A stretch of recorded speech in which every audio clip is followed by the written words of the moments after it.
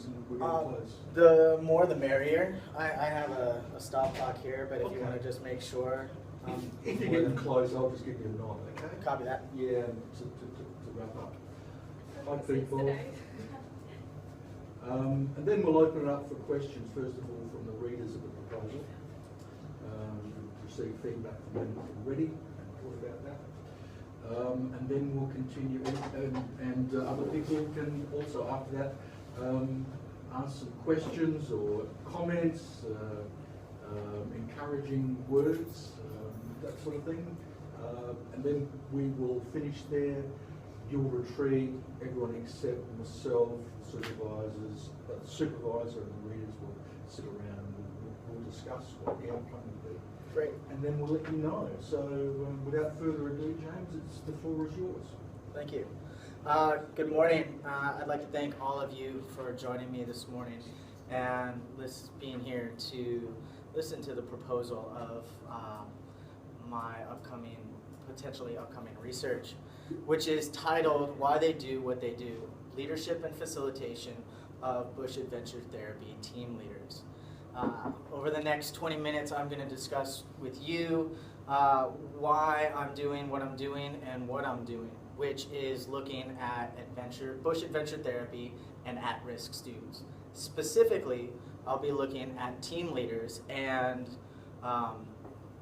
the meaning that they place on the Bush Adventure Therapy process and through their perspective using thematized life histories through symbolic interactionism. That way I can understand their perspective and understanding of what the process is, as well as their perception towards at-risk youth. So, my name is James Newton, and I am a Master's of Arts student and here at Flinders Uni at the Department of Education. The significance of my research is that I'm going to be looking at something that isn't currently in the research or the literature of the field. I'd like to provide an increased understanding of the adventure therapy process and create a valuable knowledge of current leadership models and facilitation techniques used within the field by Bush Adventure Therapy team leaders. From a team leader's perspective, I hope to gain a number of insight, experiences that were influential in their decisions in getting involved with Bush Adventure Therapy, the evolution of their leadership and facilitation, the leader's perspective of the role of the at-risk youth, these at-risk participants in Bush Adventure Therapy, their ideas behind their role as a leader, what leaders find meaningful to the Bush Adventure Therapy process, as well as how their leadership models and facilitation techniques relate to the organizational aims. Schumann identified leaders as individuals who bring with them inherent personality traits, experience, and unique biographies, all of which influence the adventure therapy process. And it is my intention to be able to bring light to these biographies, these experiences, and these personality traits to be able to better understand the Bush Adventure Therapy process. As I said, the perspective, or what I'm looking at, is specifically the team leader's perspective, and this is lacking within the current research. So, what do I want to do? What's the research that I'm proposing here? The aim of my research is to explore the perspective of team leaders in Bush Adventure Therapy in order to better understand the meaning that they have of the Bush Adventure Therapy process, the meaning that they place on that process with at-risk youth, and how they do what they do.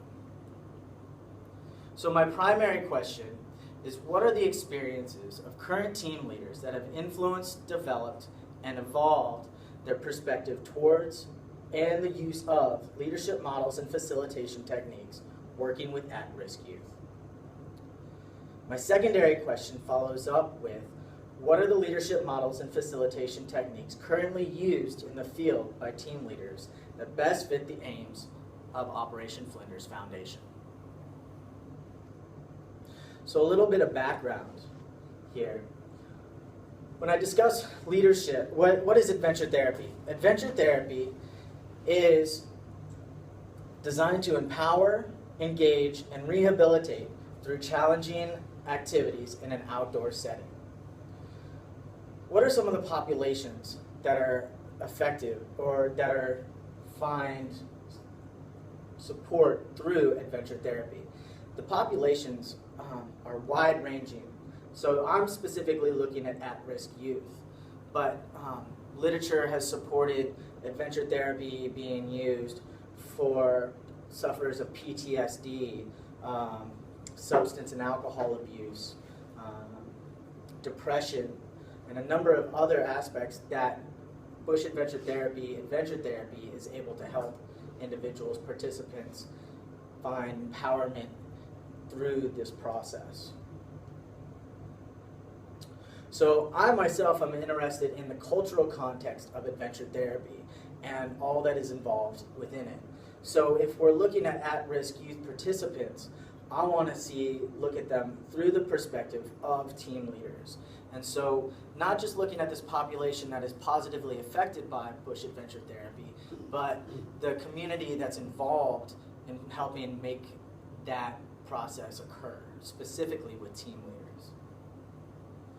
So I've spoke a little bit about leadership and facilitation, and these are some terms that I'd like to discuss a little bit more. So this concept of leadership is a highly complex and highly contested area that spans over a number of different fields and concepts. But in this area, I'm specifically looking at one aspect, which is the definition of leadership as a process of influence. With facilitation, I'm using facilitation as defined as a process of moving a group or individual towards a desired outcome. So together, leadership and facilitation provide the deliberate and strategic combination of adventure activities and therapeutic change processes, which the goal of making lasting changes in the lives of the participants to adventure therapy.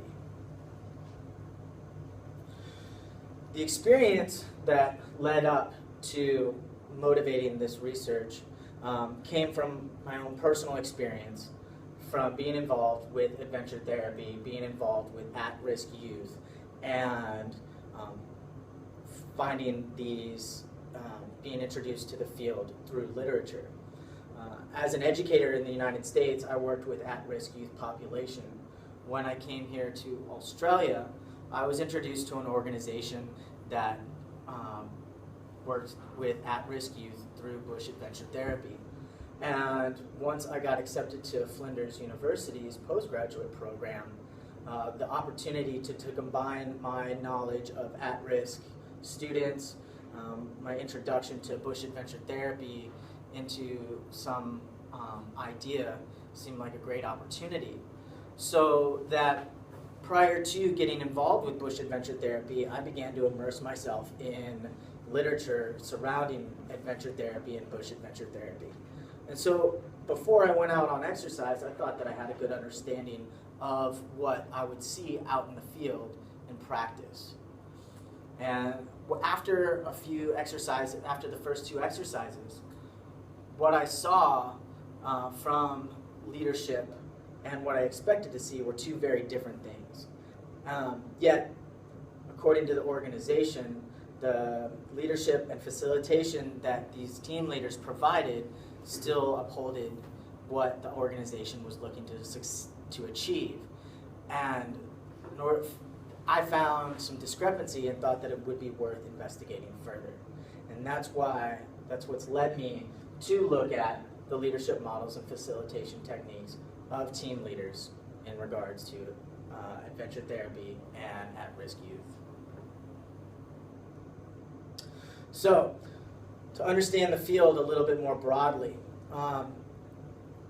in understanding at-risk youth, we need to understand what are some of the concepts and ideas that have to do with at-risk youth. And specifically, I'm going to look at prevention and intervention. So with at-risk youth, they've become disengaged or marginalized from mainstream society, and this has caused them to separate. And as a result, this could potentially lead to their juvenile offending. And so prevention and intervention, depending on how a group or a program or an institution looks at these at-risk youth, it depends on what type of prevention and intervention is pursued. And these are shaped by criminological theoretical frameworks. Positivist theories look at the offender and the offender's character. Sociological theories, on the other hand, look at the structure of society that mold and shape the culture and behavior of the potential offender. And as a result, it creates a dichotomy of punishment versus reintegration. If we're looking at interventions that are alternatives to juvenile detention centers, two that pop up or that are oftentimes misconstrued to be the same are boot camps and adventure therapy. Boot camp approach subscribes to the justice model, which is individualistic and behaviorist, which means that it is about punishment. It's about punishing the individual doing the time for the crime that they have caused, and addressing that behavior. Adventure therapy prescribes to the welfare model, which deals with social systems and is interactionist. So it addresses the individual from where it comes from as a whole, and addresses the systems in order to help them reintegrate into the community. The other aspects of the literature review that pertain to this study have to do with leadership and facilitation. Now, we've already discussed or presented the definitions of leadership and facilitation that I'm using, but to reiterate, one common concept of leadership is the ability of an individual to influence others to achieve something. Facilitation has to do with the influencing the perception, internalization, and meaning-making of participants. Research within the adventure therapy or Bush adventure therapy and leadership and facilitation have identified a number of concepts and ideas worth discussing. One is that team leaders play a significant role in the adventure therapy process. Another is that there's an important relationship between the team leader and the at-risk youth participants. And this then has identified a number of characteristics of effective leadership and facilitation through skills and competencies found by team leaders. Qualitative research up to this point has looked at this perspective of at-risk youth pertaining to adventure therapy. Yet, the perspective from leaders is lacking. Which leads me to explaining how I want to do what I want to do to understand why team leaders do what they do. The methodology that I've chosen to work with is qualitative, and the epistemology that I will be using is constructionist. Constructionist asserts that meaning of the world comes from interacting and engaging with it, and meaning is constructed through experience. So one aspect of adventure therapy and Bush adventure therapy has to do with the experiential process that at-risk youth experience while participating, and why it is so meaningful to this youth. My goal is to describe team leader's view of an experience and the meaning that he or she has constructed from his or her experience, and to investigate the meaning of leaders' experiences from their own perspective. The theoretical framework that I've chosen to understand the meaning of team leaders' perspective is, this study, as I just said, to be able to identify the perspective of team leaders, is symbolic interactionism. Symbolic interactionism searches for meaning for an individual is created through the process of interpretation of his or her experience, and asserts that human behavior is an outcome of both social conditions and the way individuals respond to, interpret, and interact with those conditions. So, with symbolic interactionism, I'm searching for meaning from the perspective of my team leader participants. The conversation that I have with these participants will then help to further understand and identify the meaning that they place on their experience. Part of symbolic interactionism has to do with meaning coming from the discursive process, the conversation between two individuals. My method is going to be a thematized life history. Thematized life history is a sociological autobiography obtained from solicited narratives and or in-depth interviewing. So thematized in this sense is exploring specific periods or the areas of a participant's life. Life, in this case, refers to the experiences of a participant's lived experience. And history regards events that have happened during a participant's life. So, with a thematized life history, I will be looking at not just how leadership and facilitation pertain to team leaders, but I will be looking at the aspects of their life that have led up to their chosen involvement with adventure therapy, and how those have influenced the decisions through their involvement and how they work with at-risk youth. I'll be doing this with one-on-one, face-to-face, conversational, semi-structured interviews. My sample will be team leaders from the Operation Flinders Foundation. My data collection will be obtained by using one-on-one, face-to-face, conversational, semi-structured interviews.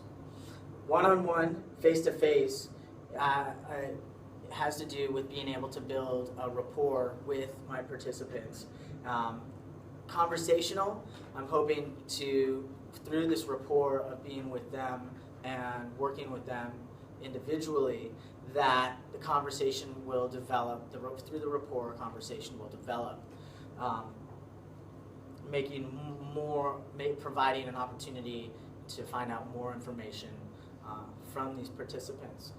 Semi-structured questions will enable me to follow up with areas that I feel may need more clarification, or enable the participants to expand much further than anticipated on areas that they would like to. These interviews will last 60 to 90 minutes and include 35 questions. Once the interviews are done, I will be transcribing them in order to analyze the data. Data analysis will come from 3 steps.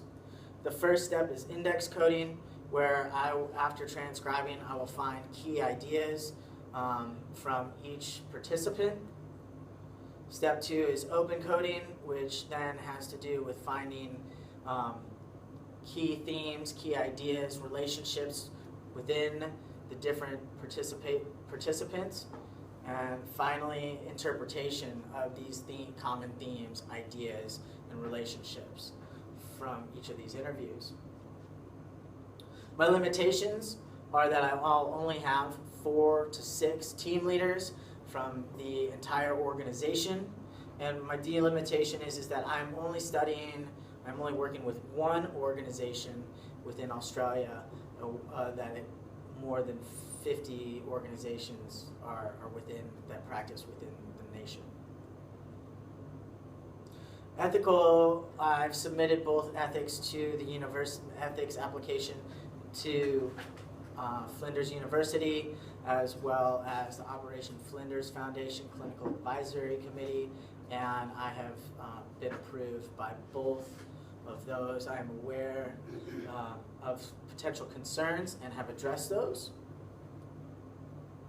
My timeline for my proposed research over the next year includes data collection during the end of this month, December, January, followed by data transcription occurring while I collect data, data analysis going on in early 2016, and thesis writing for the majority of the middle of 2016, and submitting by September, October of 2016. Now, I'm aware that I was accepted in February of 2014, and so I will be required to extend my excuse me? Candidature. Yes, I'll need to extend my candidature by 6 months in order to be able to make this happen. But I do feel confident that with that additional 6 months that I will be able to make this happen. Thank you very much. James, thank you very, very much for that succinct review.